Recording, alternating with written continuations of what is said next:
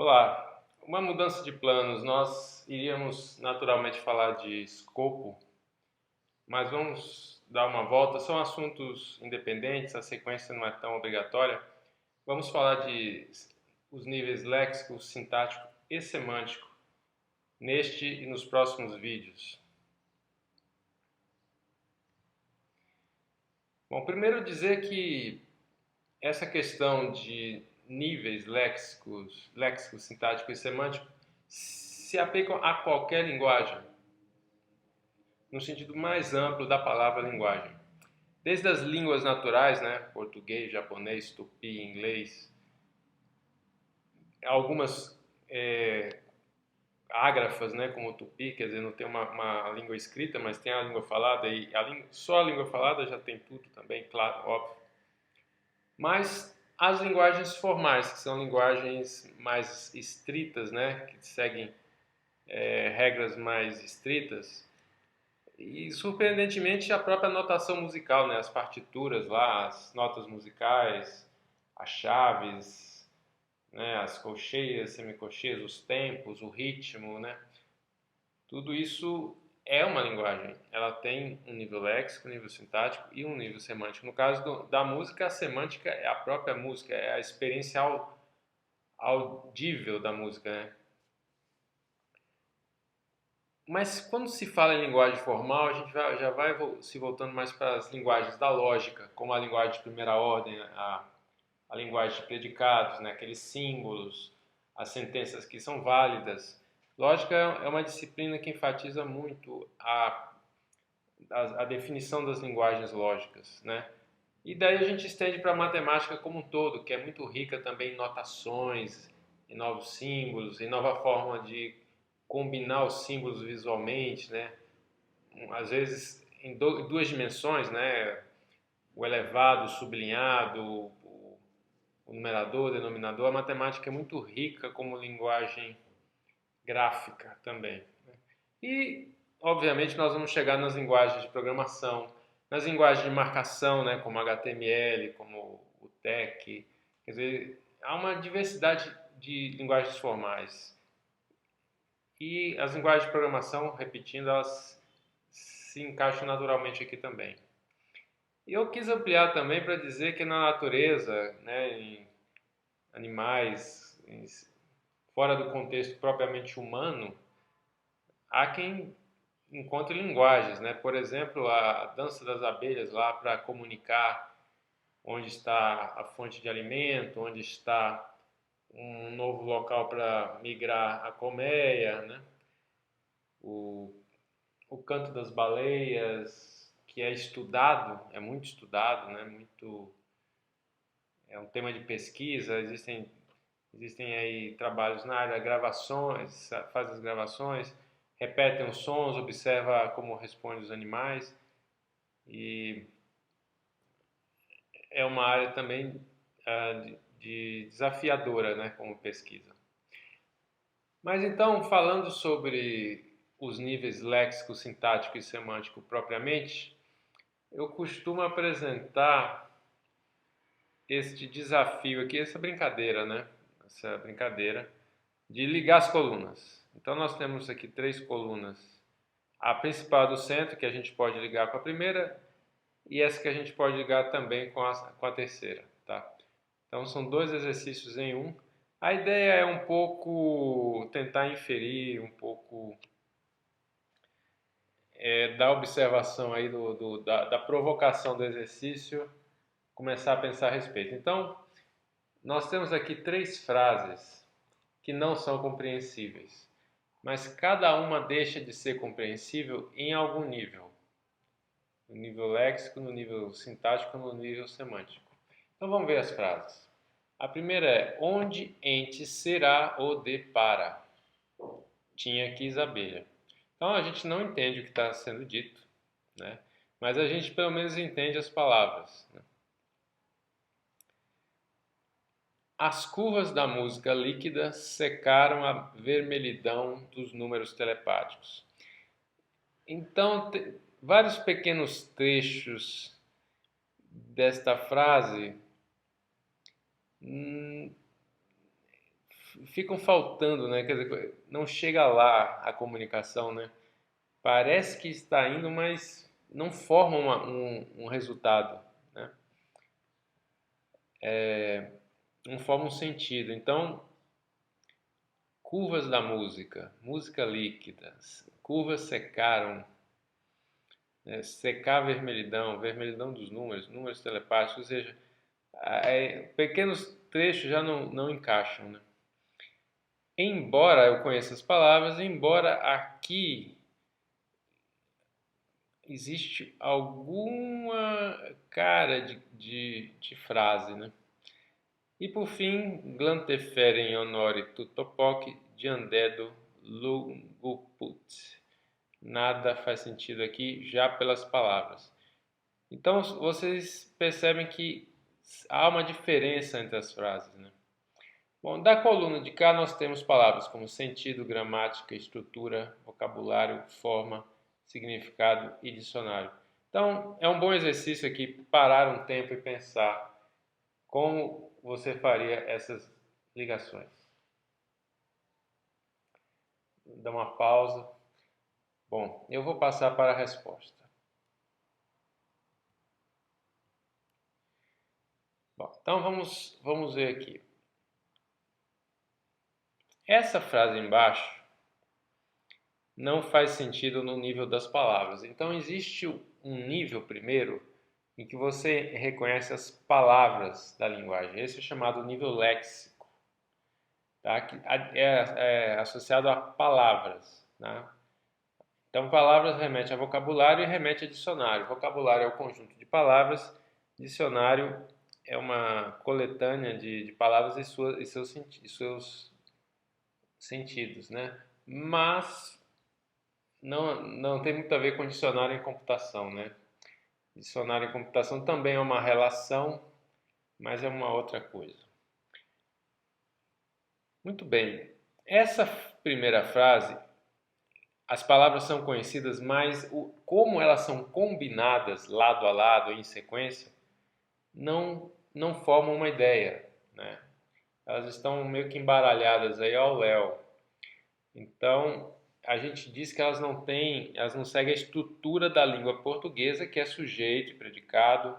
O sujeito, por sua vez, tem lá o substantivo, um artigo, substantivo, um adjetivo, enfim. Existe aí uma anatomia do sujeito e o predicado, o verbo, o complemento, enfim. Aí tem os verbos transitivo e indireto, transitivo direto, intransitivo, etc. Muito bem, então esse nível sintático ele parece se referir mais a uma estrutura, uma estrutura, uma forma da frase, né? Que são especificadas por uma gramática que... Gramática no sentido do dia a dia é tudo da linguagem, todas as regras. Aqui, implicitamente, eu estou me referindo às regras sintáticas, né? Que é um subconjunto do que a gente costuma chamar aí em gramática em geral. Seria aqui uma palavra, mas com outra conotação, uma conotação mais específica, né? De gramática, de regras sintáticas. Então, as palavras que estavam faltando aqui, a própria palavra, né? Seria legal ter posto aqui. Uma outra seria regras, né? E por fim, as curvas da música líquida secaram a vermelhidão dos números telepáticos. A sintaxe está perfeita. Existe o sujeito, existe o predicado. O sujeito é as curvas da música líquida. O predicado é secar a vermelhidão dos números telepáticos, enfim. A gente reconhece a forma, a estrutura. Mas o que as palavras indicam na vida, que isso não está no texto, né? Isso já remete a algo mais profundo, que é o nosso conhecimento da vida, não encontra lá ressonância. Então não encontra o sentido, não tem sentido. Tá? Então o semântico, que vem do grego semion, né? que remete a signo, é sentido e significado. Eu pessoalmente gosto de diferenciar o sentido de sentido do sentido de significado, ou o significado de sentido do significado de significado. Uma brincadeira aqui, mas que é séria, né? Porque é uma coisa meta, né? A gente vai comentar isso. Mas eu gosto de pensar que significado, a palavra implica signo. Existe o significante e o significado. O signo é a relação entre eles. O significante, por exemplo, é um desenho, é um símbolo, uma cor, é uma palavra, né? É um signo. E esse signo, ele está associado, e essa associação é um significante, quis dizer, né? Essa associação é o signo com o significado.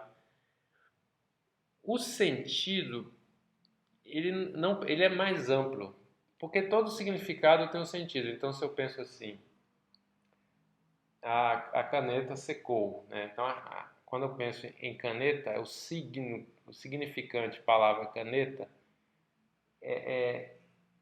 ele também tem um sentido, no sentido que a gente sente, a gente tem um resultado da experiência do que é uma caneta, né?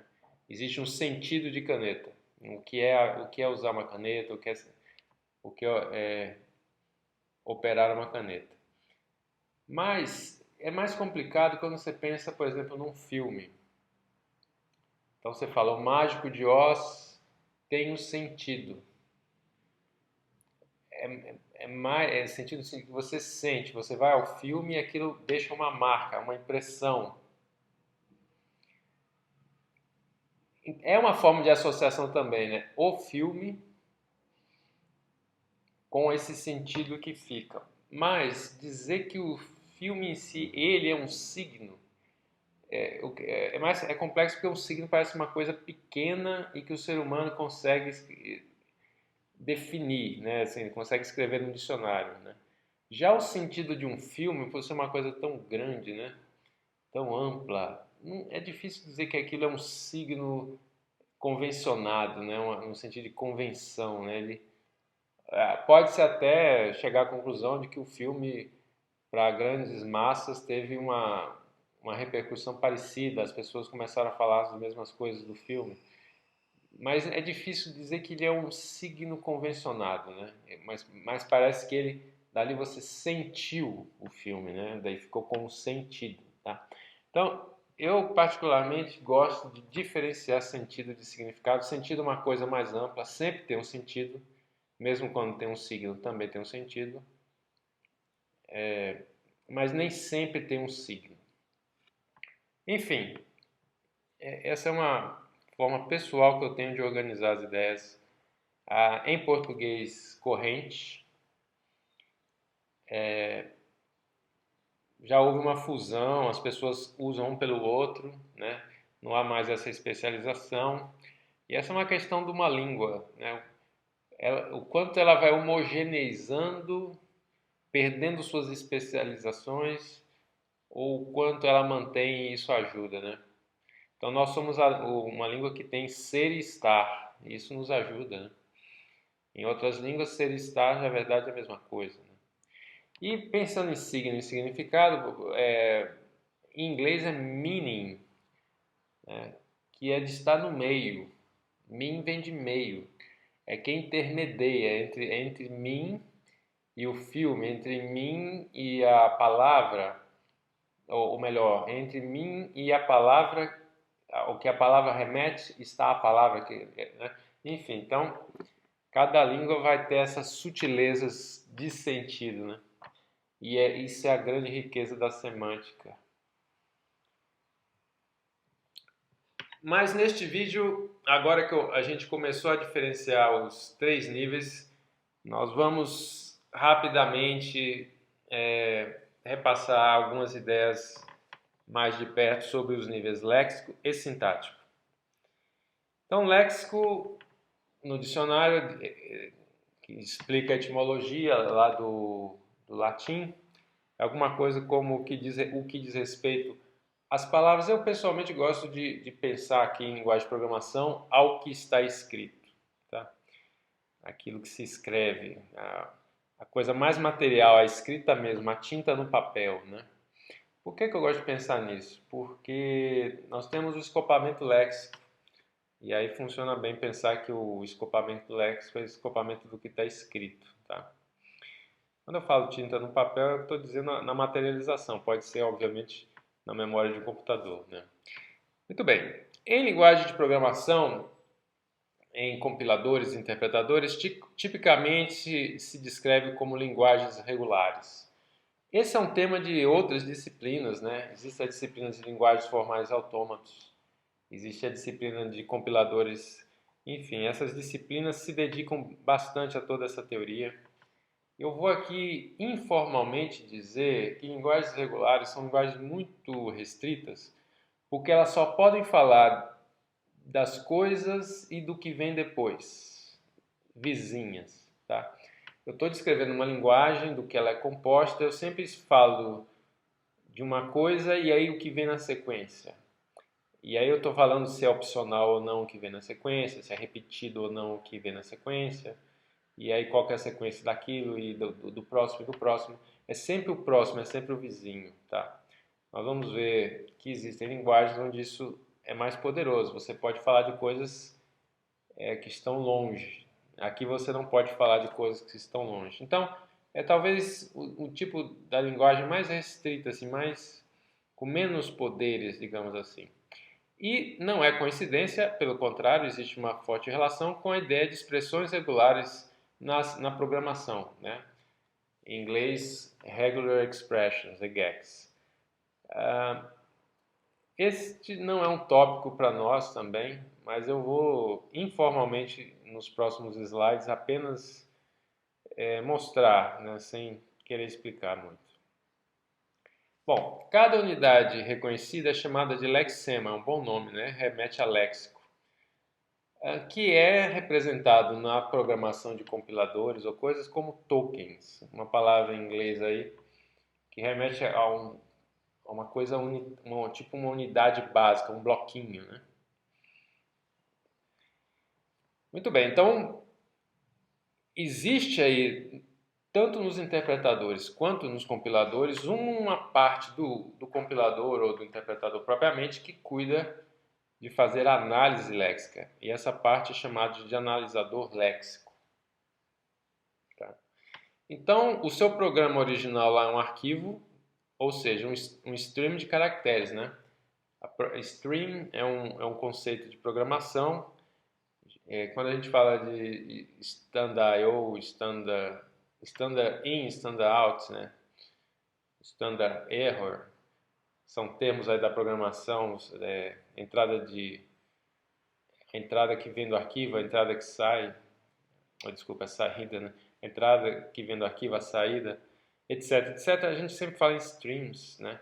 E no caso de um programa um código-fonte, o código-fonte vem como essa entrada de stream de caracteres. É uma string. O seu programa é uma string, é um arquivo de caracteres. Vai passar por esse analisador e gerar um stream de tokens. Então aqui essa figura ilustra melhor. Aqui mais ao alto nós temos o stream de caracteres e aqui embaixo o stream de tokens. Então cada unidade aqui é um caractere. Aqui eu botei o desenho, né? Não o código.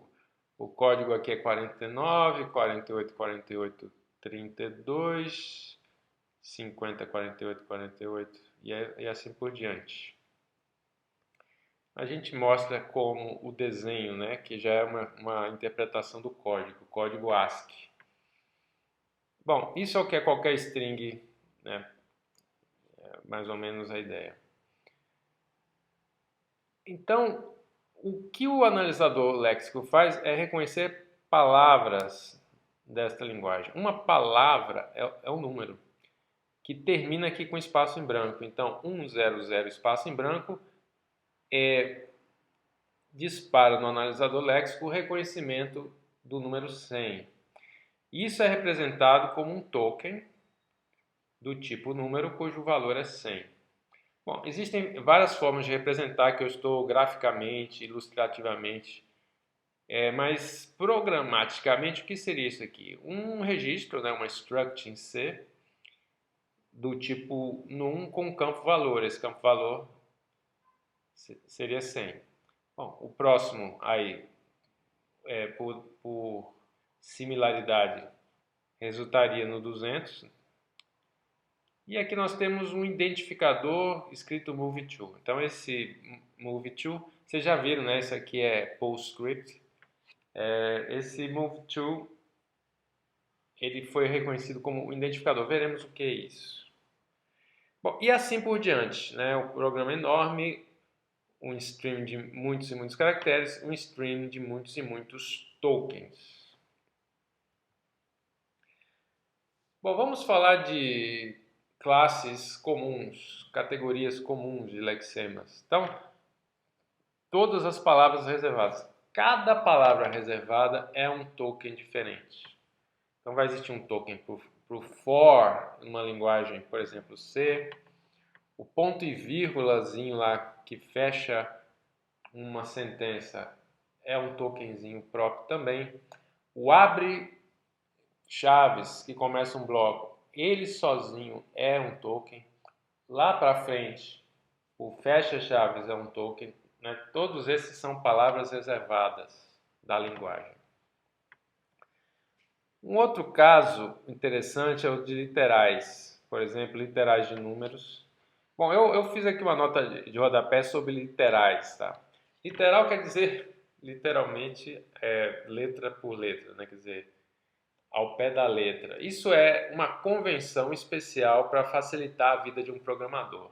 Então, por exemplo, caracteres. Caracteres são números, é o código do número. Mas numa linguagem como C, existe aqui uma convenção de colocar o desenho do caractere do caractere desejado entre aspas simples. Então isso cria uma literal, uma forma de você escrever literalmente o caractere, mas essa convenção é transformada pelo compilador C. Tá? Ele volta para 65. Então, um array é uma literal de array, é uma forma prática de escrever um array como em matemática. Então, abre chaves, os números separados por vírgula. É claro que o compilador vai ter um trabalho aqui de entender isso, e ele vai fazer uma coisa, ele vai alocar um array de 3, aí vai fazer o primeiro igual a 10, o segundo igual a 1. Então, tudo isso se passa por baixo dos panos, o compilador meio que traduz isso para essa ação. Seria uma ação trabalhosa. É criada uma convenção que facilita a vida do programador. Isso é uma literal. Então chegamos na literal de string, que é, entre aspas, simples, que é uma ótima conveniência. Tá? Ela faz um trabalhão, ela escreve o array terminado em 0 e vai colocando caractere a caractere. Então fica muito mais fácil, muito mais prático. Tá? Então é isso que é literal, é criar para o programador uma convenção conveniente, tá? Então, nem todas as literais são tokens, tá? Nem todas as literais são tokens. Por exemplo, essa literal de array não é ela em si um token. O abre chaves é um, o fecha chaves é outro. Já esse A, sim, ele seria, né, um token. Bom, números também são literais, são uma conveniência, porque vamos pegar o exemplo dos números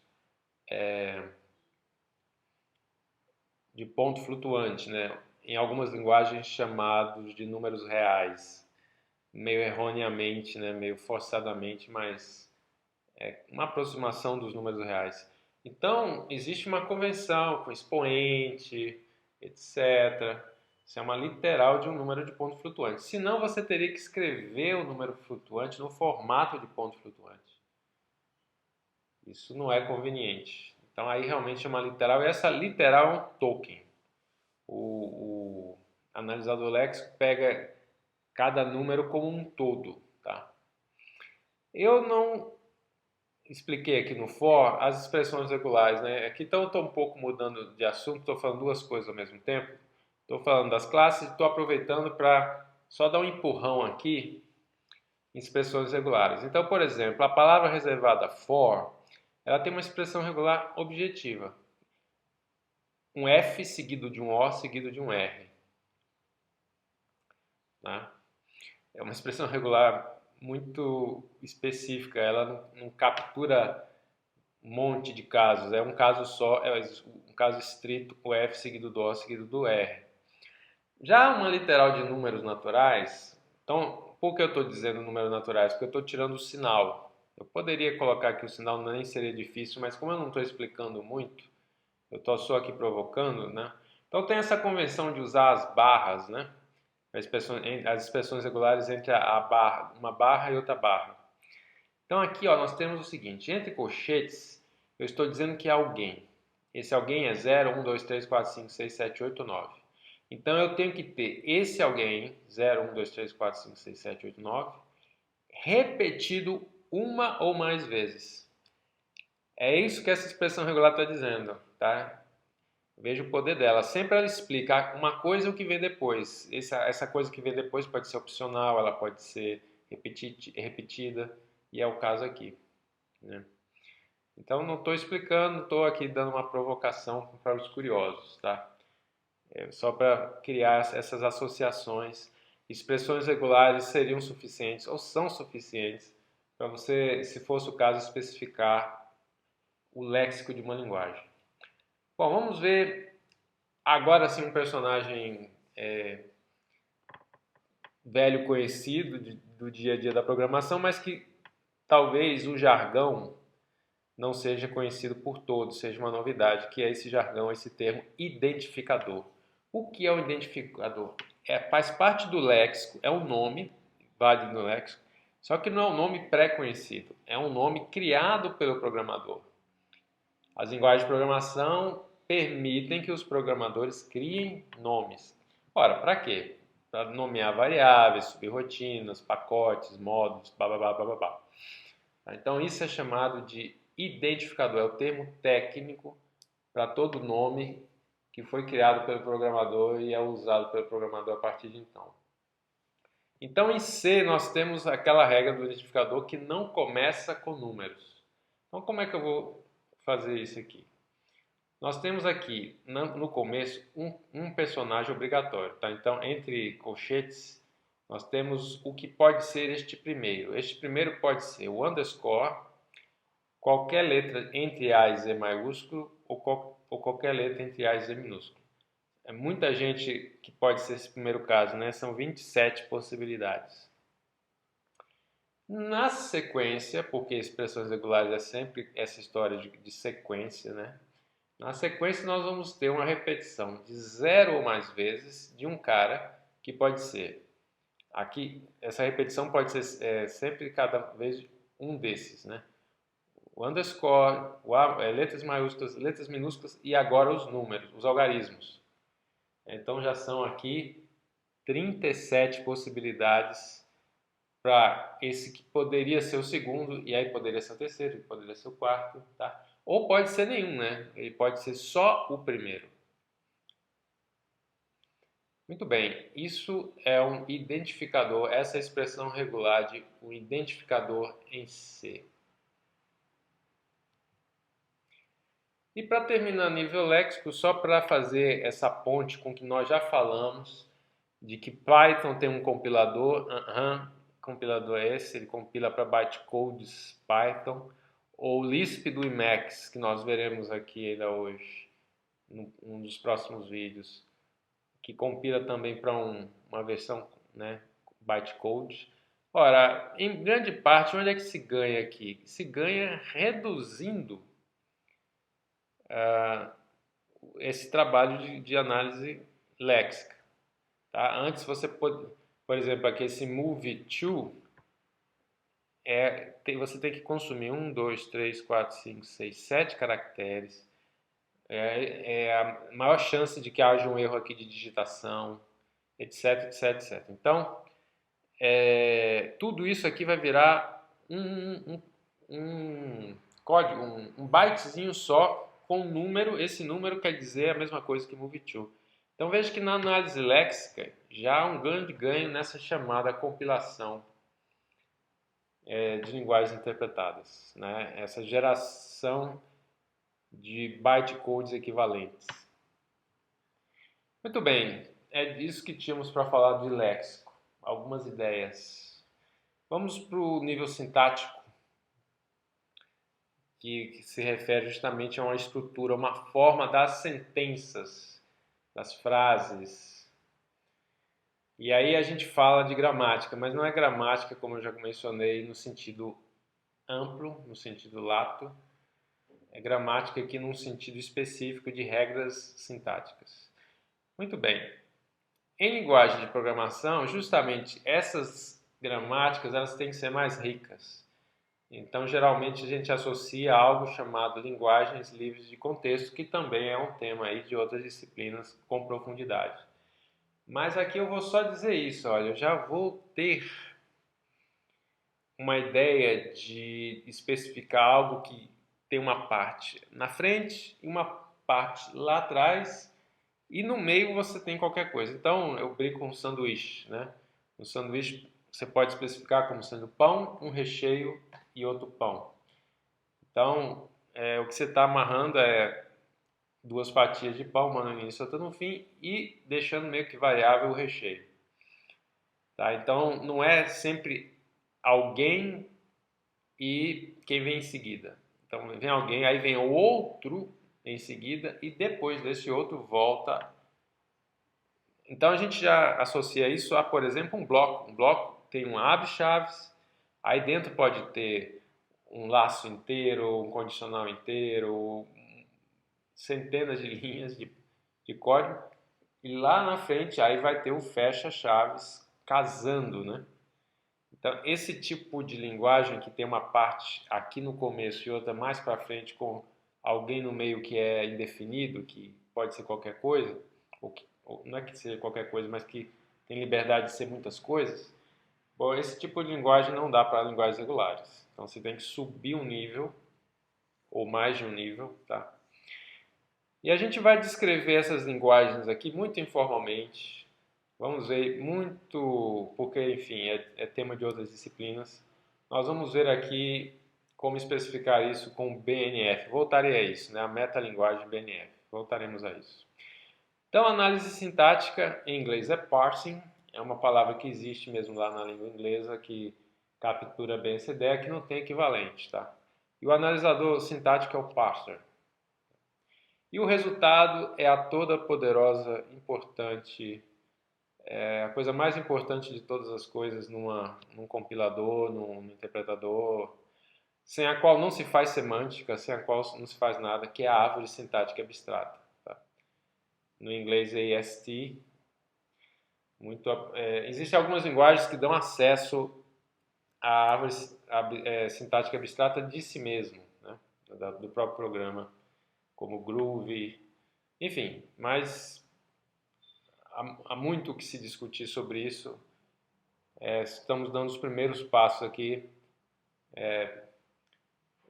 molhando os pés nas ondas da praia das linguagens de programação.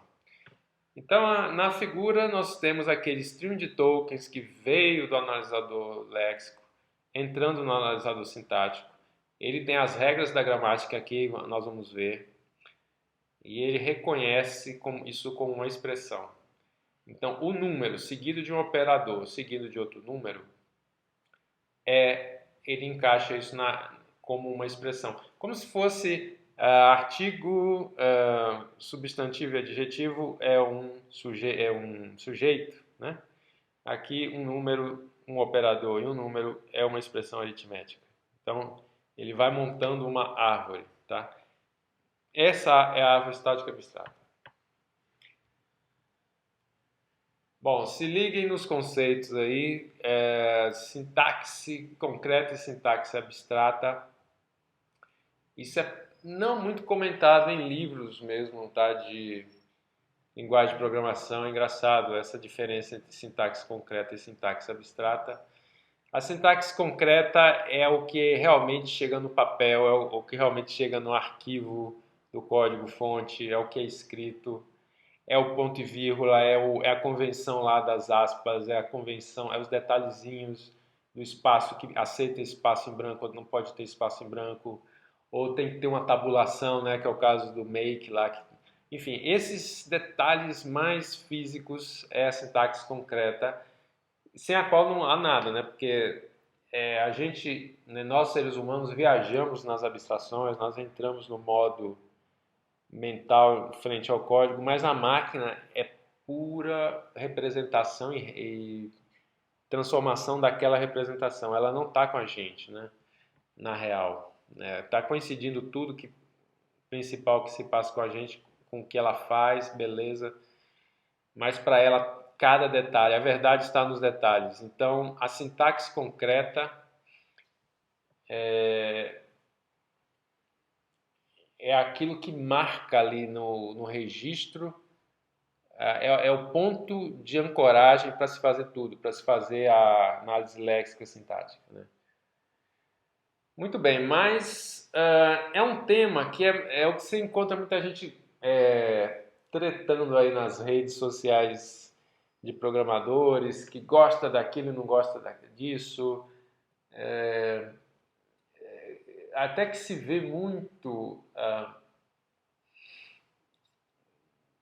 fórum, enfim, se fala muito sobre que linguagem é melhor ou não, muito em termos dessa sintaxe concreta, que é a interface da linguagem, né?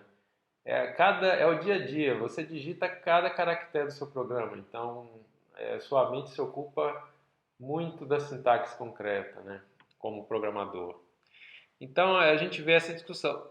Mas é interessante que não existe muito alguém que reúna todos os prós e contras ou todos os estilos de design de sintaxe concreta. Isso é interessante, tá? Não é o ponto, não é o que interessa quem estuda linguagem de programação, embora todo designer se ocupe disso e queira criar, queira inventar, é interessante, tá? Então, um tema, por exemplo, de sintaxe concreta é o recuo da linguagem Python, o recuo à indentação, marca os blocos. Você avança, você cria um bloco, você recua, você fecha um bloco. Não tem abre chaves e fecha chaves em Python. Isso tem seus prós e contras, há quem defenda um, defenda outro, mas é assim, emblemático dessa questão da sintaxe concreta, tá? Falaremos logo de Lisp. Lisp, para mim, é fascinante porque ela tem uma sintaxe mínima. Abre parênteses, né? Isso é a expressão simbólica, abre parênteses.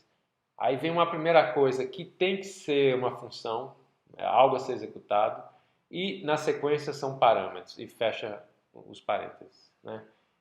E aí você pode ter isso recursivamente, quer dizer, um dos parâmetros pode ser, por sua vez, novamente, uma expressão simbólica, ou seja, abre parênteses, o operador e os seus operandos, né? A função e seus parâmetros, fecha parênteses, e assim vai. Só. Então, fazer um analisador léxico e sintático em Lisp é muito, muito trivial, né? Isso é uma outra conversa que a gente está tendo sobre sintaxe, o quê? Sintaxe concreta, tá? Agora, a sintaxe abstrata é justamente a árvore que sai daí. E aí, claro, no programa ela está com todos os detalhes. Então você escolheu expressão para ser um registro, um struct, com campo tal e tal e tal. O campo tem os nomes. Mas você aí, programador, você já está viajando na intuição. Você já não está. Quando você vai usar o campo operando, o campo operador. Mas se eles como se você declarou ou não, você já começa a se desligar disso, você está na coisa mais mental, mais intuitiva, né? É o que você até num papel faria. Você está discutindo a sintaxe de uma linguagem, está desenhando aqui a árvore no papel, você está na sintaxe abstrata, né? Bom, lembrando que essa sintaxe abstrata ela se realiza também no compilador lá por dentro, e lá com todos os detalhes, com todo o rigor, que só a máquina só segue regras, tá? Mas aqui eu vou deixar essa ambiguidade para dizer que eu, ser humano, tenho esse poder de viajar no que é a essência da sintaxe, quer dizer, a estrutura da árvore, né, no que me interessa.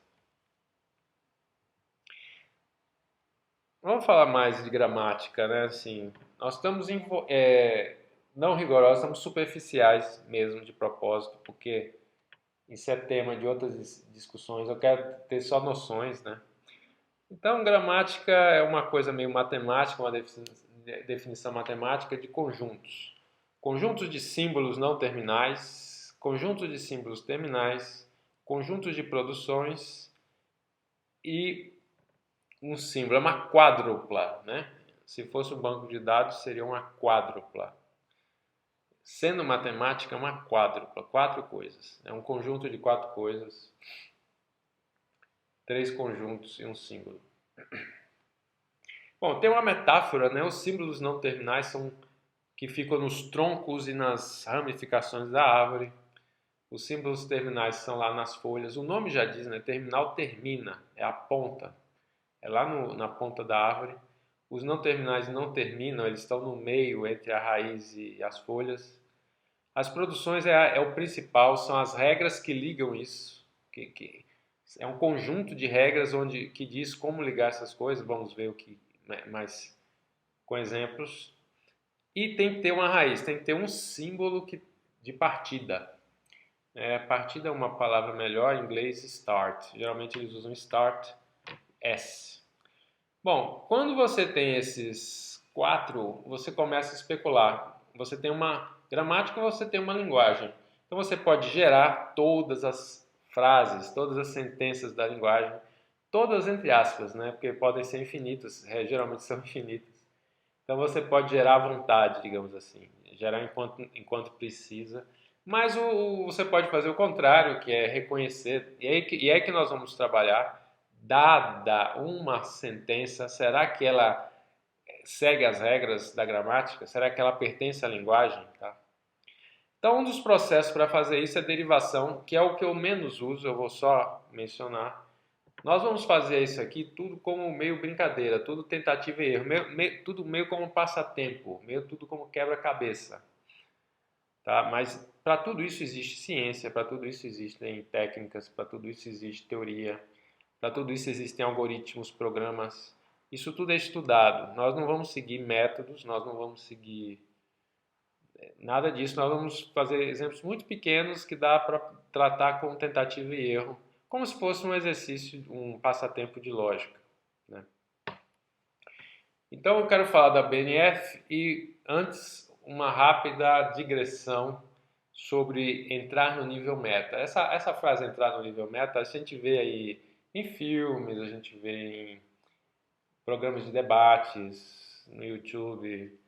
O cara, pô, você entrou em meta. O que é que quer dizer você entrou em meta? Você começa a falar da própria coisa. Bom, vamos ver. Linguagens são feitas para expressar ideias sobre as coisas, sobre o mundo. Então, sobre linguagem eu falo de cinema, eu falo de saúde pública, eu falo de economia, eu falo de problemas na vida pessoal, enfim. A linguagem para falar das coisas. Se eu começar a usar a linguagem para falar de linguagem, eu fui além da linguagem. Meta em grego quer dizer além, tá? Então a linguagem que foi feita para falar das coisas, eu largo isso, eu vou além, eu vou para uma linguagem para falar da linguagem, tá? É a metalinguagem, tá? Então isso acontece nos filmes, né? Tem muitos filmes. Então tem aquele filme, tem filme que o passa dentro de uma sala de cinema e de repente o personagem sai da tela e vem conversar com o público. Isso é metalinguagem. Você tem filme que mostra o filme sendo filmado, a vida o processo de filmagem, né? Enfim, livros também, livros sobre o próprio ato de escrever, isso não é tão raro assim. Tudo isso é metalinguagem. Então nós vamos precisar de linguagens para falar de sintaxe semântica e de léxico, né? Bom, de léxico a gente já viu as expressões regulares, elas já são metalinguagem, né? Elas têm uma sintaxe, elas têm um léxico, né? Vamos voltar lá. Elas têm um léxico, ó, esse colchetes é uma palavrinha específica, o abre e fecha colchete, o asterisco, este hífen, né? Este mais. Isso tudo aqui são como que palavras especiais das expressões regulares, né? Elas têm uma sintaxe porque tem um jeito de combinar, né? Tem um jeito de colocar uma do lado do outro. E eles têm uma semântica que é justamente o que elas descrevem, né?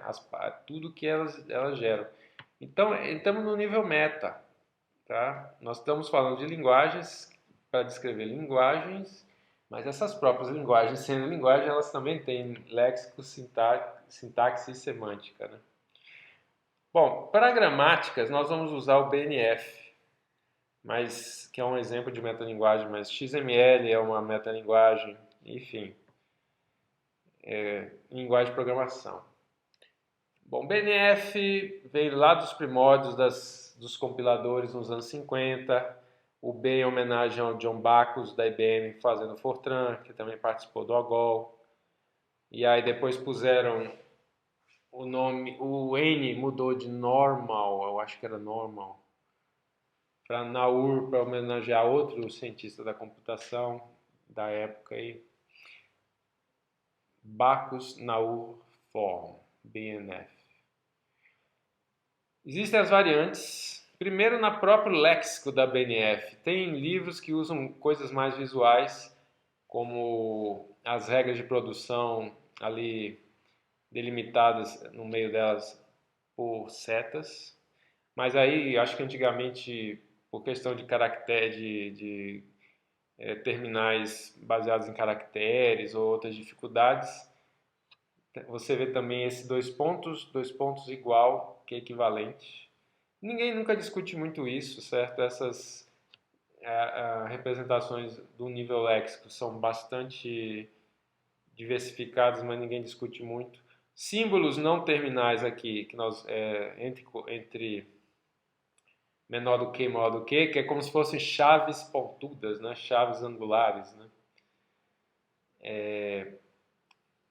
Em outros você tem o terminal sublinhado e aí o não terminal sem nada. Aqui o não terminal não tem nada. Então aqui dá muito trabalho ficar escrevendo esse menor do que, maior do que, é chato. Aqui, enfim, é mais prático. Aí vai de cada um. Eu vou seguir o que o livro usa, o CBesta, essa aqui. Então já é uma variação que nem deveria ter, deveria ser mais padronizado, mas tudo bem. Agora, existem variantes mais profundas, como a BNF estendida, o WSN. Eu vou aqui ficar na BNF por causa do tempo escasso e porque tudo isso para nós é só para ter noção, né? Bom, então aqui tem uma gramática com duas regras de produção. Duas regras de produção. No caso aqui deve ser uma expressão, pode ser um número, o mais e um número, ou um número, o menos e um número, sendo que número aqui é um token, né? Vamos dizer que é um tipo de um token, é um símbolo não terminal, quer dizer que ele ainda é substituído por alguém aqui. O mais não, o mais tem que ser ele mesmo, o menos também tem que ser ele mesmo. Bom, os símbolos terminais então são esses, os não terminais são esses, e o símbolo inicial, aqui não tem graça porque só existe um símbolo, né? Do lado esquerdo das regras. Bom, e aí o que é a derivação? A gente pergunta 29 mais 13 é da linguagem, 6 mais 7 é da linguagem? A gente vai substituindo a partir do símbolo inicial. O que é o símbolo inicial? Expressão. Bom, então eu vou substituindo o que a regra diz. Eu vou substituindo as regras até chegar no 29 mais 13. Então, a expressão, eu posso ir por um caminho ou outro. Obviamente, aqui é muito fácil. Eu tenho que conseguir chegar lá. Então, se eu for pelo menos, eu não vou chegar nunca. Então, eu vou substituir pela primeira, óbvio, já vi. Se aqui nós tivéssemos 20 regras bem diversificadas, essa substituição não ia ser tão óbvia. Eu, às vezes, poderia ter mais de uma opção, eu ia ter que começar uma e tentar até o fim. Se eu não conseguisse, eu teria que voltar e tentar outra, o que é um algoritmo de backtracking, né? O backtracking é recuar e recomeçar, né? Enfim, Mas aqui deu, eu pus 29 no número, prossegui, botei 13 no número, fechou. Eu consegui fazer todas as substituições. Sumiram os símbolos não terminais, fiquei com tudo terminal, 29 mais 13. E segui as regras, fui substituindo. Então, ok, 29 mais 13 é descrita pela linguagem aqui, essa linguagem aqui. 6 vezes 7 não, né? Não tem nada com vezes.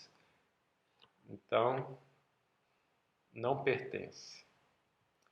Bom, aqui eu tenho algo equivalente com a língua portuguesa, né? Porque a gente fala tanto a gramática e tal. Só para quem está tendo contato pela primeira vez, olha, uma frase. É o sujeito seguido do predicado. Ambos são não terminais. Bom, o sujeito é um artigo e um substantivo. É bem restrito aqui, né? Porque tem que ser um exemplo. O predicado pode ser um verbo sozinho, um verbo intransitivo, ou pode ser o verbo com objeto. O símbolo inicial tem que ser a frase. Então, o menino fugiu. Pertence à linguagem descrita pela gramática acima? Vamos fazer a derivação. Começo da frase, só tem uma regra para substituir sujeito e predicado. Sujeito só tem uma regra para substituir artigo e substantivo. Aí eu começo. Artigo, eu tenho lá que posso botar o "o". Aqui teria que ter essa informação de quais são os artigos, tá? Ficou resumido aqui para ficar prático. Mas eu teria que ter aqui artigo, seta, um bocado de coisa. Então, artigo aqui é o deu substituir. Depois substituir substantivo por menino. Também teria que ter essa lista dos possíveis substantivos. Aí em predicado eu tenho uma escolha. Eu posso botar um verbo ou um verbo com objeto. Então eu já vi que verbo vai dar certo. Eu ponho o verbo. O menino fugiu e aí deu. O menino fugiu é atendido por essa gramática. Mas, por exemplo, o menino brincou de pipa. Já não seria nesta gramática aqui, né? Bom, falando rapidamente aqui de linguagem de programação, é uma ideia parecida. Por exemplo, aqui nós temos duas produções para o símbolo não terminal condicional, chamado condicional. Pode ser o símbolo terminal if, é um token, né? O token if. O token abre parênteses. Aí aqui uma coisa que pode ser enorme aqui, que é uma expressão booleana, e aí no fim um bloco. Ou pode ser o token if, o token abre parênteses. Aqui vai ser um pacotão de tokens aí que vão ser o símbolo não terminal, expressão booleana. Tem que casar e fecha os parênteses, que é um terminal. Aí o bloco não terminal. O else terminal, lá no, é um token else. E outro bloco. Bom, não vou fazer uma derivação aqui, vocês já entenderam. Uma gramática vai sendo um misto de símbolos terminais com não terminais. Isso vai dando a estrutura, né, das sentenças. Bom, nós vamos terminar com um exemplo mais com cara de linguagens formais autômatos, que é uma sub-área assim da matemática, né? Se encontra em livros de matemática discreta. Então, essa gramática aqui, com a BNF aqui, então eu não preciso explicar os símbolos terminais e não terminais, porque já estão evidentes. Os não terminais são o S, o A e o B, e os terminais são A e B. Então, é uma linguagem que tem A, B, B, A, B, A, B, A, B, B, B, coisas desse tipo. Mas não é tão frouxa assim, né? Tem algumas, por exemplo, algumas regras. A primeira, um S, alguém que eu reconheço como S, como símbolo não terminal S, ele tem alguma coisa na frente que eu reconheço como símbolo não terminal A. Vai ser um monte de coisinha de símbolos terminais que eu vou conseguir fazer uma árvore do tipo A aqui. Seguida aí sim de um A terminal. Aí seguida de um monte de coisa, ou muito ou pouca, não importa. O importa é que seja minimamente reconhecido como uma coisa do tipo B, não terminal B, seguido de um B minúsculo. Tá? Bom, vocês já entenderam, o A por sua vez pode ser também toda uma complicação que seja um A, seguida de um B minúsculo, ou um B minúsculo sozinho. Este B, por sua vez, na frente um A seguido de outros Bs. Uma outra coisa, desculpe, que se resume a um B. Ou então um A sozinho. E o símbolo inicial é o S. Tá?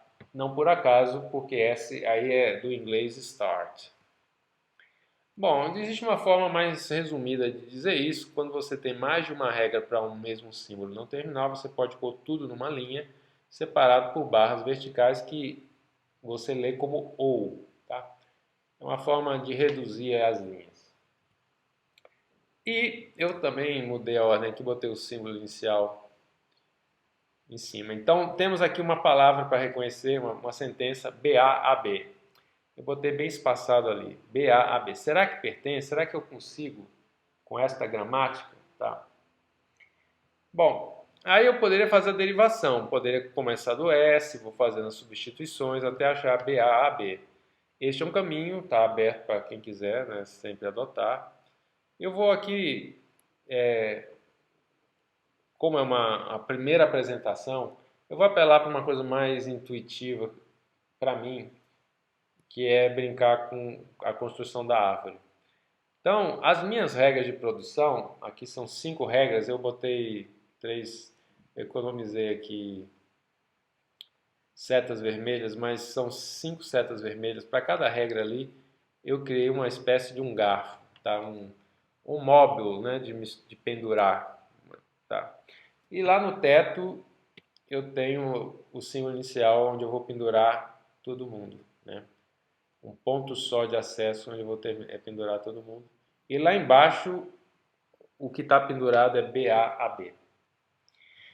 Então, é isso aí. Eu tenho que ir arrastando, tá? No fundo, desenhando, né? Bom, o primeiro desenho encaixe, só tem um encaixe óbvio aqui, que é pendurar esse cara aqui. Não tem outra escolha. Não há outro símbolo, outro garfo, outra produção cujo símbolo de partida é o S. Então não tem muita saída, eu tenho que pôr aqui. Na medida que eu ponho aqui, ele já termina com um B. Não tem opção, esse B vai ter que ser este B. Este B que está aqui é de alguém que está pendurado. Tá? Eu não tenho muita opção porque, veja, esse cara todo, ele vai ter que abraçar todos que estão lá embaixo. Portanto, ele tem que abraçar esse B também. Então, uma questão de lógica, eu não tenho opção, não tem como botar outro B aqui, porque se esse cara pega todo mundo e esse cara termina com um B, tem que ser este B. Então já matou aqui. Tá? Aí eu tenho que ter alguém no meio desse B em relação ao A. Então daí eu já deduzo que este A aqui vai ser esse primeiro A. Por quê? Porque tem que ter alguém entre um A e um B. Então, por lógica, eu tenho que ter um A e alguém no meio. Então, só tem que ter A e alguém no meio entre esse A e esse B. Tá? Então, eu vou encaixar esse A aqui. E aí eu vou ficar com B e A. Entre o B e A eu tenho que ter um círculo. Eu tenho que ter um B maiúsculo. E na ponta eu tenho que ter um A maiúsculo. Isso dá certinho. Vamos ver já, pronto. Então aqui nós vamos ver o desenho, né? Então eu expliquei como eu liguei esse B e como eu liguei esse A. E ficaram pendurados aqui este B de bola e este A aqui, B maiúsculo e A maiúsculo. Bom, este A maiúsculo, tem alguma uma regra que conecte um A maiúsculo com um B? Tem aqui, ó. Existe uma regra que me autoriza a pendurar num triângulo um Bzinho. Então já liguei aqui, tá, trouxe essa peça e encaixou. É a mesma coisa aqui. Existe alguém que conecta um B maiúsculo com A, uma bola com A? Existe essa regra aqui, né, que autoriza. Essa regra aí que autoriza, eu pendurei ela ali. Bom, vamos ver um exemplo diferente. BBB-AB. Então, começa igual, eu vou colocar esse personagem aqui, portanto, este B tem conecta ali.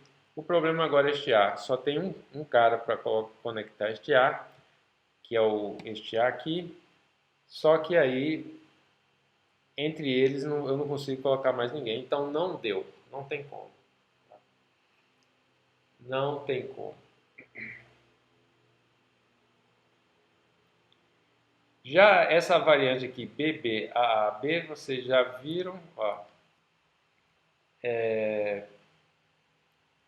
trago aquela peça, o B aqui, o A aqui, e o A, como foi já até no primeiríssimo exemplo.